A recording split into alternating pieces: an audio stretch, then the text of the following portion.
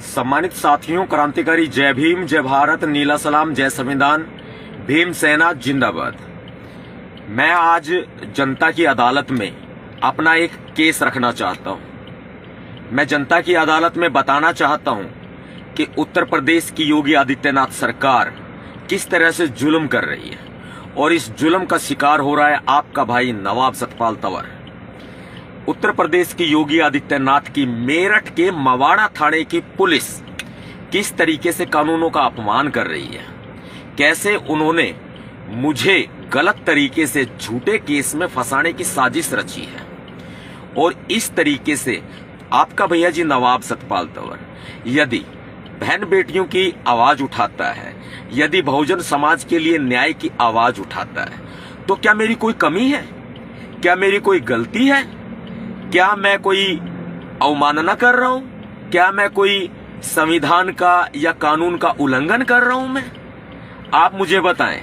मैं जनता की अदालत में एक मामला रखना चाहता हूं। एक्चुअल में अगर कहीं भी पूरे उत्तर प्रदेश में, मैं बात पूरे देश की करता हूं, देश की किसी भी राज्य में यदि महिलाओं पर या बहुजन समाज पर या किसी गरीब पर अगर शोषण होता है, जाति को लेकर के, लिंग को लेकर के अगर भेदभाव होता है, छुआछूत होता है या अत्याचार होता है, तो मैं आपके साथ में मिल करके मैं उनके लिए न्याय की आवाज बनने का एक प्रयास करता हूं, जो कि भारत देश का संविधान, ये लोकतंत्र मुझे अधिकार देता है। लेकिन एक बहुत ही पुराने समय में कब का मुकदमा दर्ज है ये मुझे नहीं बताया गया। इन्होंने मेरठ के मवाड़ा थाना, मैं अभी आपको क्लियर कर दूं, मैं इस वक्त मेरठ में मौजूद हूं। मैं इस वक्त मेरठ के मवाड़ा में मौजूद हूं, उत्तर प्रदेश मेरठ के मवाड़ा में मौजूद हूं। मुझे आप सबके समर्थन की आवश्यकता है। हुआ ये कि आप देखिए, मेरे खिलाफ एक एफआईआर दर्ज की गई, जो कि आईपीसी की धारा 505 बी और आईटी एक्ट 67 में दर्ज की जाती है। आईपीसी की धारा 505 बी में यह एफआईआर और आईटी एक्ट 67 में दर्ज ये एफआईआर, जिसमें आईटी एक्ट का कोई सेक्शन नहीं बताया गया। आईटी एक्ट में दर्ज ये एफआईआर, इस एफआईआर में जो इस थाने के अंदर पुलिस अधिकारी होते हैं जिनसे फोन पर बातचीत होती है, उन पुलिस अधिकारी का नाम है मिस्टर रामवीर जी। मिस्टर रामवीर जी हमारे घर पर, मेरे पैतृक गांव के अंदर, वो अपने कुछ पुलिस मुलाजिम भेजते हैं। मेरे पिताजी को, मेरी माताजी को धमकाने का प्रयास करते हैं, उनको धमकाते हैं और ये कहते हैं कि आपके घर की हम कुर्की कर देंगे, आपके घर पर हम बुलडोजर चला देंगे। अब आप ये देखिए, एक यूपी की उत्तर प्रदेश की पुलिस, मेरठ की पुलिस, योगी आदित्यनाथ जी की पुलिस हमारे हरियाणा के गुड़गांव में मेरे गांव के अंदर आकर के मेरे परिवार को वो धमकी देते हैं। और मेरे पिताजी हैं, भारतीय सेना से रिटायर हैं, मेरे पिताजी इंडियन आर्मी से रिटायर हैं, भारत देश की मेरे पापा ने सेवा की है। मेरे पिताजी ने बॉर्डर पर रह करके दुश्मनों की गोलियों का सामना किया है। मेरे पिताजी ने बॉर्डर पर रह करके 1971 की लड़ाई में भी भाग लिया है। 1971 की लड़ाई पाकिस्तान के साथ हुई थी। पाकिस्तान की लड़ाई में भी मेरे पापा जी ने, मेरे फादर साहब ने भाग लिया है। वो जो आर्मी के सैनिक रहे हैं, देश की उन्होंने सेवा की है, जो कि अभी बुजुर्ग हैं, उनको धमकाते हैं। भारतीय सेना के एक पूर्व सैनिक को धमकाते हैं। ये किस हद तक जायज है, आप ये बताएं। और फिर वो मेरे घर आते हैं, एक बार नहीं, वो तीन बार आते हैं। 2 बार तो वो धमका के जाते हैं, फिर तीसरी बार आते हैं तो वो 41A का नोटिस लेकर के आते हैं। सीआरपीसी की धारा 41A का वो नोटिस लेकर के आते हैं और सीआरपीसी की धारा 41A में कहते हैं कि मुझे जो है 19 तारीख को, यानी कि आज के दिन 19 अगस्त 2023 को मुझे मेरठ के मवाड़ा थाने में पेश होने का आदेश दिया जाता है। मैं मेरठ के मवाड़ा थाने में अभी पहुंचता हूं। मेरे साथ मेरी कोऑर्डिनेटर मैडम होती हैं, मेरी वाइफ है निशा तंवर एडवोकेट, वो मेरे साथ मौजूद होती हैं, 2 साथी और मेरे साथ मौजूद हैं। हम अभी सारे साथ में ही हैं। तो थाने में हम पहुंचते हैं, मैं पहुंचता हूं थाने में अभी से 1 घंटा पहले। हम थाने में पहुंचते हैं तो वहां पर मिस्टर रामवीर जो थाने के अधिकारी जो फोन पर भी बदतमीजी से बात करते हैं। निशा मैडम ने, निशा तंवर एडवोकेट ने उनको कई बार फोन किए, सर आना है, आज पूरे दिन से कॉल भी हो रही है, इससे पहले भी आने के लिए बात हुई, तो वो एक गंदी लैंग्वेज में बात करते हैं। तेरे को बोला था, ऐसे बोलते हैं, तेरे को बोला था कि सतपाल तंवर को लेके आना, ऐसी लैंग्वेज में बात करते हैं। ये बोलते हैं तू सतपाल को लेके आई है क्या, ऐसे बोलते हैं तू नवाब को लेके आई है क्या। जब वो कहती है हाँ जी नवाब सतपाल तंवर मेरे साथी हैं और थाने में बैठे हैं, आप आ जाएं, आप कहाँ हैं, फिर वो कहते हैं कि मैं रात को 9 बजे से पहले नहीं आऊंगा। वो मेरे खिलाफ इतनी बड़ी साजिश रचते हैं, मैं कई घंटे थाने में यहां बैठा रहता हूं, और वो मेरे खिलाफ इतनी बड़ी साजिश रचते हैं कि आज की रात तो गई, आज की रात वो मुझे थाने से जाने नहीं देंगे। और फिर अगला दिन आ जाता है, अगले दिन है रविवार, छुट्टी का दिन है। अब अदालतों का दरवाजा तो मैं छुट्टी के दिन तो नहीं खटखटा सकता, और वो मुझे गिरफ्तार करके यहां पे बैठा लेंगे। और जब वो मुझे गिरफ्तार करके बैठा लेंगे तब ऐसी कंडीशन के अंदर वो मुझे जांच का बहाना करेंगे, जी हमारी जांच पूरी नहीं हुई है या सतपाल तंवर जांच में सहयोग नहीं कर रहा है। देखिए मेरी ड्यूटी थी, मेरा कर्तव्य था, मैं भारत देश का नागरिक हूं, मेरे कुछ मौलिक अधिकार है तो मेरे कुछ मौलिक कर्तव्य भी है मेरे देश के प्रति, मेरे देश के कानून के प्रति, मेरे देश के संविधान के प्रति। तो अपने देश के संविधान के प्रति और अपने देश के कानून के प्रति मैं अपने मौलिक कर्तव्यों का निर्वहन करता हूं। और मैं पुलिस के बुलावे पर, आईओ के बुलावे पर, रामवीर जी के बुलावे पर मैं थाने में मौजूद होता हूं, लेकिन वो उपस्थित नहीं होते हैं, वो नहीं आते हैं। वो मुझे फोन पर जो है वो भद्दे तरीके से बात करते हैं। जब निशा तंवर एडवोकेट उनको फोन करती हैं तो वो भद्दे तरीके से बात करते हैं। ये ऐसा क्या योगी आदित्यनाथ जी आपने अपने पुलिस अधिकारियों को क्या ऐसे बात करना सिखाया है? अब उनकी कॉल रिकॉर्डिंग हमारे पास सारी मौजूद है, वक्त पड़ने पर अगर हमें अपलोड भी करवानी होगी कहीं तो वो हम अपलोड भी करा देंगे। अब मेरी बात को ध्यान से सुनिएगा, मैं अपने साथियों से मैं पूरे, देखिए मैं अपने इस केस को, एक नवाब सतपाल तंवर जिसके ऊपर इतने मुकदमे दर्ज हैं अपने देश की, अपने समाज की आवाज उठाने के लिए, बहन बेटियों की आवाज उठाने के लिए, मैं जेल भी गया हूं अनेकों बार, लेकिन मैंने कोई गुनाह नहीं किया, मैंने कोई किसी तरह का क्राइम नहीं किया है, मैंने कानून का, संविधान का अपमान नहीं किया है। मैं इस सरकार की ज्यादती का शिकार हो रहा हूं, मैं इस सरकार की तानाशाही का शिकार हो रहा हूं। मेरी क्या गलती है, मेरी क्या कमी है? मेरे पास में एविडेंस है, मेरे पास प्रूफ है। अगर मैं किसी को न्याय दिलाने के लिए छोटा सा ट्वीट कर देता था, अगर मैं किसी को न्याय दिलाने के लिए छोटी सी पोस्ट कर देता था, या मैं वहां चला जाता था, तो छोटी सी पोस्ट करने पर मेरे ऊपर मुकदमा दर्ज हो जाता है। बताओ मैंने किसी को क्या धमकी दे दी भाई, मैंने क्या गलत कर दिया भाई, बताओ आप मुझे जवाब दो, मैंने क्या गलत कर दिया आखिर? और आज मेरे साथ में किस तरह से हो रहा है, मेरे पिताजी को अपमानित किया जाता है, मेरे गांव के अंदर आकर के अपमानित किया जाता है। मैं रामवीर जी को कहना चाहता हूं, रामवीर जी आप अपने पुलिस अधिकारियों को भेज रहे थे, अरे मेरे पास एक छोटी सी कॉल कर देते हैं वहां आने से पहले, हम आपका बड़े इत्मीनान से स्वागत करते साहब, हम आपका बड़े इत्मीनान से स्वागत करते, आपको बैठाते, चाय पिलाते, मैं मौजूद होता आपके सामने, आप मुझे कॉल कर देते, मैं अपने घर पर मौजूद होता और आपका स्वागत करते। मेरे गांव के जो भीम सैनिक है ना, वो मेरे गांव के भीम सैनिक बहुत अच्छे भीम सैनिक है, वो स्वागत बहुत अच्छे से करते हैं, बहुत अच्छे स्वागत करते हैं, अपने मेहमान का स्वागत बहुत अच्छे से करते हैं, बरसते कि आप बता के तो आए।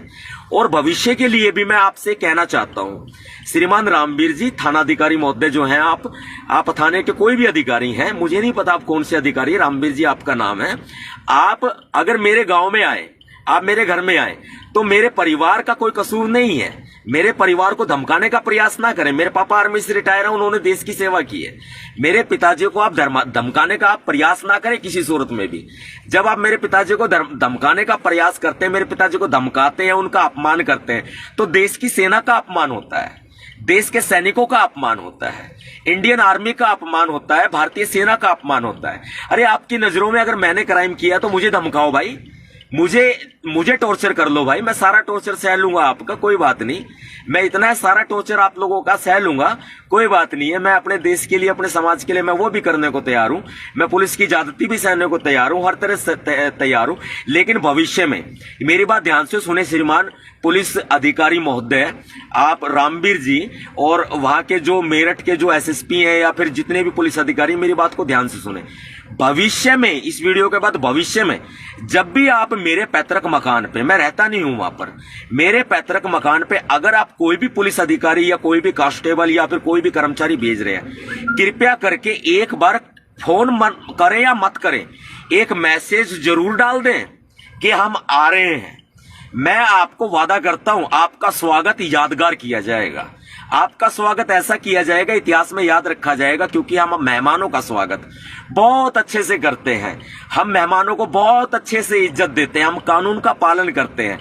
आप पुलिस के अधिकारी हैं, हम आपको पूरा सम्मान देंगे, हम आपका पूरा बहुत अच्छा स्वागत करेंगे, आपकी जांच में भी कोऑपरेट करेंगे, हम अच्छे से स्वागत करेंगे आपका। मैं अभी भी तो आपकी जांच में कोऑपरेट करने के लिए आपके थाने में मौजूद हुआ, लेकिन एक महिला जो आपको फोन कर रही है, आप उससे बदतमीजी से बात कर रहे हैं, ये तो आपको शोभा नहीं देता।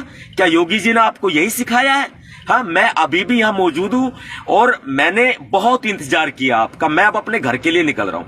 सबूत के लिए मैंने थाने के मुख्य गेट पर फोटो खींच लिया है, मैं सोशल मीडिया पर अपलोड कर दूंगा, ताकि ये लोग 1% भी गलत ना कह सके कि सतपाल तंवर आया नहीं था। देखिए, मैं भीमसेना चलाता हूं, मैं भीमसेना के माध्यम से अपने समाज की आवाज उठाता हूं, मैं अपने देश की आवाज उठाता हूं, मैं महिलाओं की आवाज उठाता हूं। और आप ये समझें कि किसी भी रूप में जो है मैं कानून का उल्लंघन नहीं करता, लेकिन फिर भी अगर आप मुझे प्रताड़ित करेंगे, आप मेरे ऊपर झूठे मुकदमे लगाएंगे, तो ये अदालत, जनता की अदालत में मैं अपनी बात रख रहा हूं। मैं देश की न्यायपालिका में भी अपनी बात रखूंगा, मैं देश की अदालत में भी अपनी बात रखूंगा। मैं देश की अदालत को बताऊंगा कि किस तरह से मेरे ऊपर झूठा मुकदमा दर्ज करके मुझे परेशान किया जा रहा है। मेरे खिलाफ 41A CRPC का नोटिस देकर के मुझे थाने बुलाया जाता है, पूरा दिन यहां बैठाया जाता है, और किसी भी रूप में जो है मेरा कोई जांच का किसी भी तरह का कोई प्रावधान ऐसा नहीं किया जाता है। रात को मुझे बैठाने की प्लानिंग करते हैं, अगले दिन की पूरी करते हैं। तो अब मैं यहां पर बहुत बैठ लिया। देखो, मेरे भी अपने व्यक्तिगत कुछ काम है, कुछ मजबूरियां मेरी व्यक्तिगत है। मेरी भारत के संविधान में जो मेरे मौलिक अधिकार है, वो मेरा स्वतंत्रता का भी अधिकार है, मेरा कहीं घूमने फिरने का भी अधिकार है, मेरे को कोई कैद नहीं कर सकता है। मैं इन्हीं अधिकारों का, मेरा जीवन का भी अधिकार है, मैं इन्हीं अधिकारों का इस्तेमाल करते हुए थाने में कई घंटे तक बैठ करके, और मैं आपको नाम भी बता देता हूं, आपका नाम है रामवीर जी, जो आप मुझे बुला रहे हैं, लेकिन जो थाने में मिले, मुझे मिले राजवीर जी, जो वहां पर एक अन्य पुलिस अधिकारी है। राजवीर जी मुझे मिले हैं, उनका चेहरा मैं पहचान सकता हूं, अच्छे से जान सकता हूं। अगर वो कल को डिनाई करेंगे, कोर्ट में मना करेंगे किसी भी रूप में, तो मैं उनको पहचान सकता हूं कि राजवीर जी कौन है।